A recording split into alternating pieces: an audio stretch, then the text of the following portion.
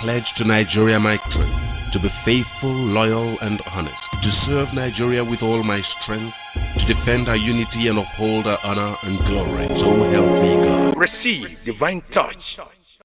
Welcome to this edition of our podcast. And today we'll be talking about a topic that is so critical and very important. It's simply called a pledge.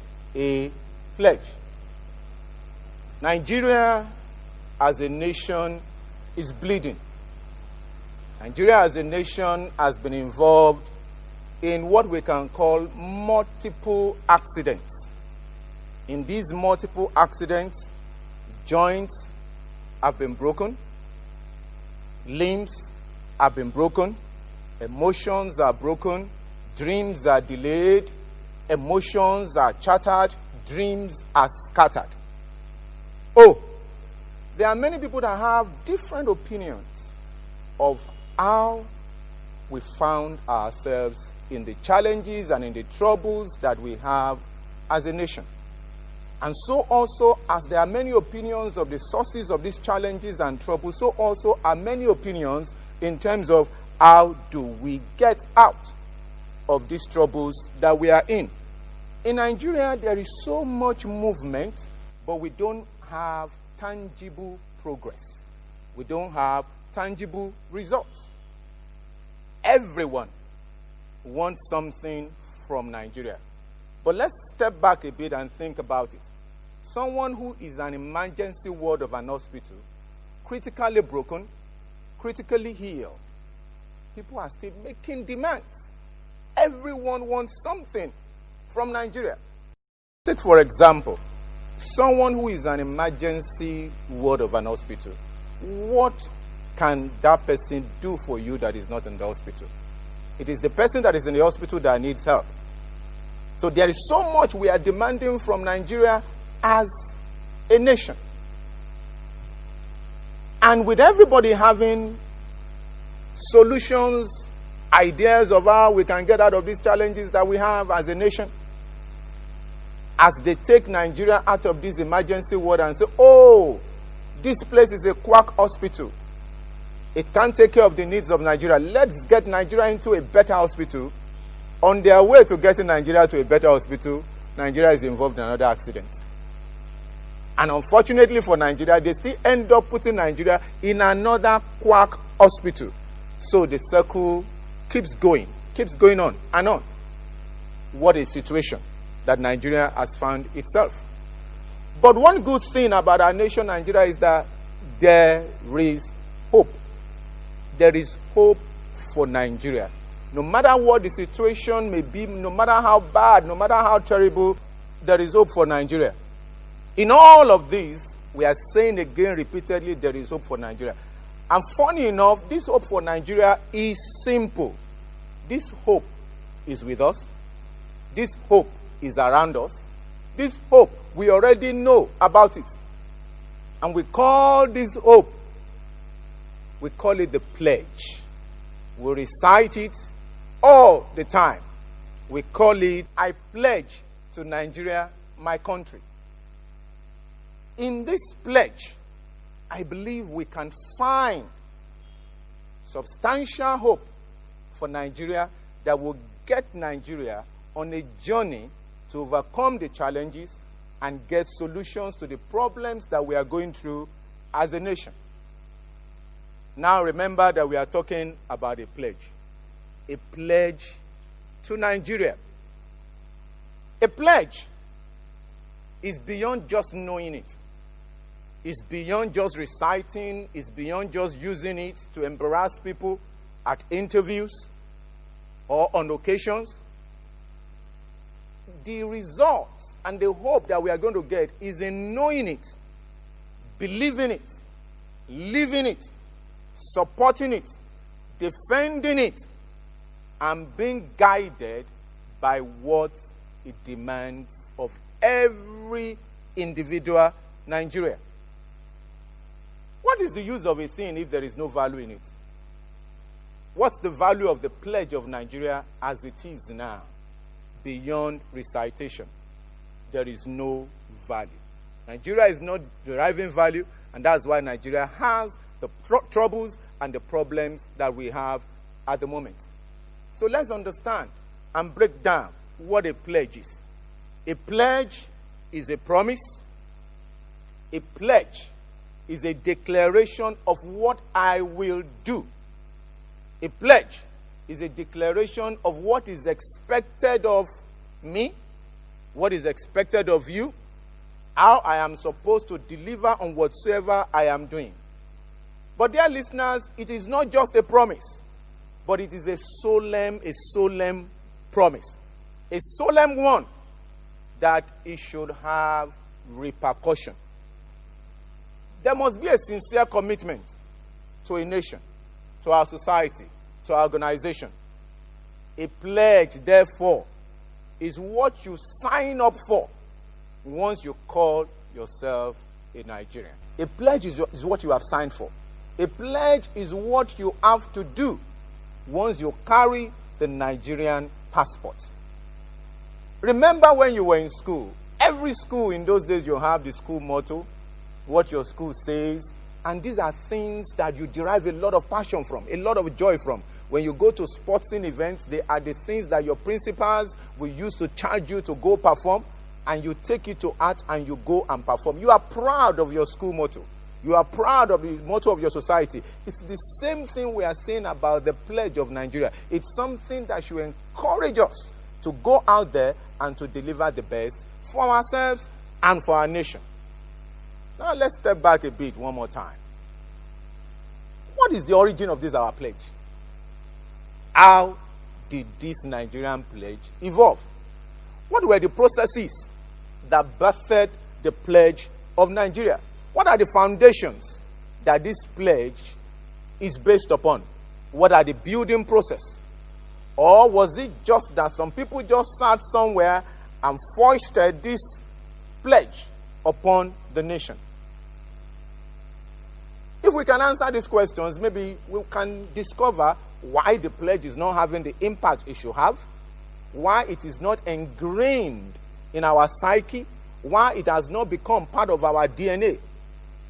Why is the pledge not making impact? Does the Nigerian pledge, does it have life? Is it alive? Is it living? Does it excite you? Does it give birth to passion, to commitment, and to dedication in you? Just like the pledges of other nations do for them. Again, a pledge is simply a solemn promise. It is an undertaking. It is a commitment that you are making to the nation. This Nigerian pledge, it is rich, it is deep, it is thought-provoking, passion-birthing. It strengthens us. It gives strength. And it helps us to do so much for this our nation when we use it in the right way. Now hear the pledge of Nigeria and listen again to the words. The Nigerian pledge. It says, I pledge to Nigeria, my country, to be faithful, loyal, and honest, to serve Nigeria with all my strength, to defend our unity and uphold our honor and glory. So help me God. That's the pledge of my nation, Nigeria. Demanding so much. No wonder it's ended with so help me God, because the demands are huge. But what's the story about the origin of the Nigerian pledge? I read somewhere that a certain Professor Mrs. Felicia Adebola Adedoyin actually put the words of the Nigerian pledge together. God bless her soul, because she has done a wonderful job. There's an article in the Daily Times of those days, sometime in July 15th, 1975. Professor Abiodun was about 35 years old then, and I understand that our children had just returned from the United States of America, and they were wondering why our nation, Nigeria, just like our neighbor, Ghana, why Nigeria doesn't have a pledge, something for us to commit to.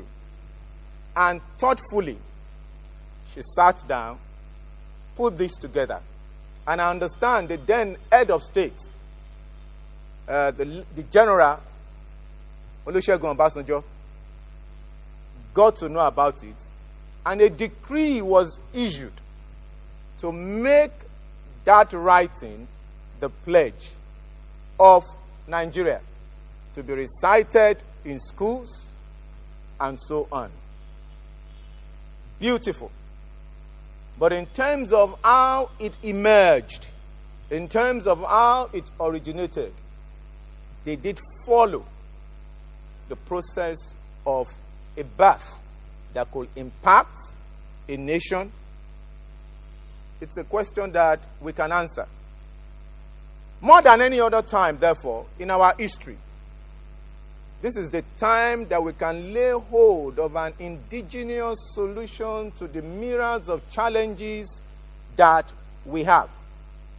I also did come across another story. This one about a lady that was involved in a media event. And she was just asked to recite, out of the blue, the Nigerian pledge. She was taken aback. She tried a couple of times, stuttering along the line, to recite the pledge. But after that, it provoked some thoughts in her. And just as it does to every one of us, just to every one of us, and she began to ask the question, why should I know the pledge? Why should I recite the pledge? What has the nation given me? What has the nation done for me? The only thing the nation had given to her, she concluded, was sorrow, bitterness, and loads of overflowing disappointment, we dare say. And in reciting the pledge, she was asking herself a series of questions. So here are the questions, just as you two ask most of the time. On the second thought, these are a lady just like you and I who typically, consciously or subconsciously query the Nigerian pledge. Listen to her queries. Oh, when she says, I pledge to Nigeria, my country, to be faithful, loyal, and honest. The question is where? Pledge to a country where the only loyalty is to money and dishonesty is encouraged. Dishonesty is encouraged by everyone and is thriving unchecked. And you are asking me to pledge to Nigeria, my country, to be faithful, to be loyal, to be honest. It's going to be tough.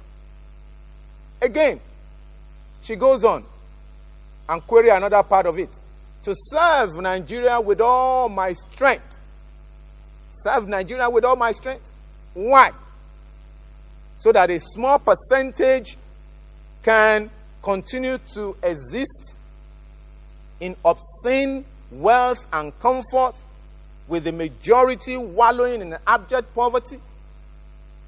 Then she reads the next line and queries it again. To defend our unity. Our unity, she says, has been polarized by socio-political crises, issues here and there. We are divided on tribal lines, on religious lines, on ethnic lines. So what unity are we talking about? Then the next one now says, to uphold our honor and glory. Uphold honor for what? What am I upholding honor for? We dishonor ourselves. So why should I honor anything? We drag ourselves, our glory into the mud on a daily basis, both home and abroad. So for her, she can't see any glory. Just as many of us says, oh, the glory of Nigeria is gone. No one can see any glory. But let's check it again. Can we continue to live in bitterness? Can we continue to live in regrets? We cannot live in what should have been. No. With you and me dwelling on the negatives that is happening all around us, it will not get us anywhere. Let us live this solution-laden pledge. There is so much solution in this pledge. Let us live it on a daily basis. But note that living it will cost you. It will be painful. It will be demanding. It will not be easy. Well, nothing good comes easy. So for this our pledge, therefore, you need to know it. You need to believe it. You need to accept it. You need to live it. You need to engage in it. You need to practice it. You need to challenge other people to do the same. So it must start with you being an example. So the challenge to you is to be an example of living this pledge. Once you start with yourself, it gets into your family. Your friends begin to notice it and they begin to copy you. Your society will notice it and they will copy you. And gradually the fire begins to burn. The fire begins to burn. The fire begins to burn. There is an emergency situation in Nigeria. That's why we said at the beginning that Nigeria has been involved in multiple critical accidents. Getting from one emergency ward of one quack hospital to the other. But to get Nigeria to a proper hospital where it is well managed and she will get healing and revivers, it depends on you and I. It depends on you and I. So therefore, I have many ifs for you. Many ifs. If we can understand the pledge, if we can commit to the pledge, if we can make the pledge the foundations of our values, if we can make the pledge the foundations of our duties and responsibilities, what we do, what we don't do, what we say, what we don't say, then we're on the road to recovery. There is no solution in any other way. This is what will get us to that road to recovery. So it starts with me. It starts with you. It starts with you and your family in your individual life. To the pledge, be true. Once you are true to the pledge, you are true to yourself, you are true to the nation, and you are therefore also true to God. Now, this gets into your business. It affects your business as well. Then, the pledge should not just be written in English. It should be in all the languages of Nigeria, where every individual person can relate, can understand, can believe it, can accept it, and can practice it. It should be the appraisal system for those who work in government agencies in Nigeria. Everybody should be checked against this. The media should do programs that will be running all the time. We should declare a period in which this is what we do until we begin to see results. This our pledge should be translated into every Nigerian language where every citizen can understand it. No matter your level of education, you should understand it and live it. The pledge should be part of our educational curriculum. It should be part of it. The pledge should be the basis of performance management in all our government agencies. Our media houses should come together and do programs in conjunction with the government over a period of time to ingrain this into our psyche, into our systems, until we begin to see results.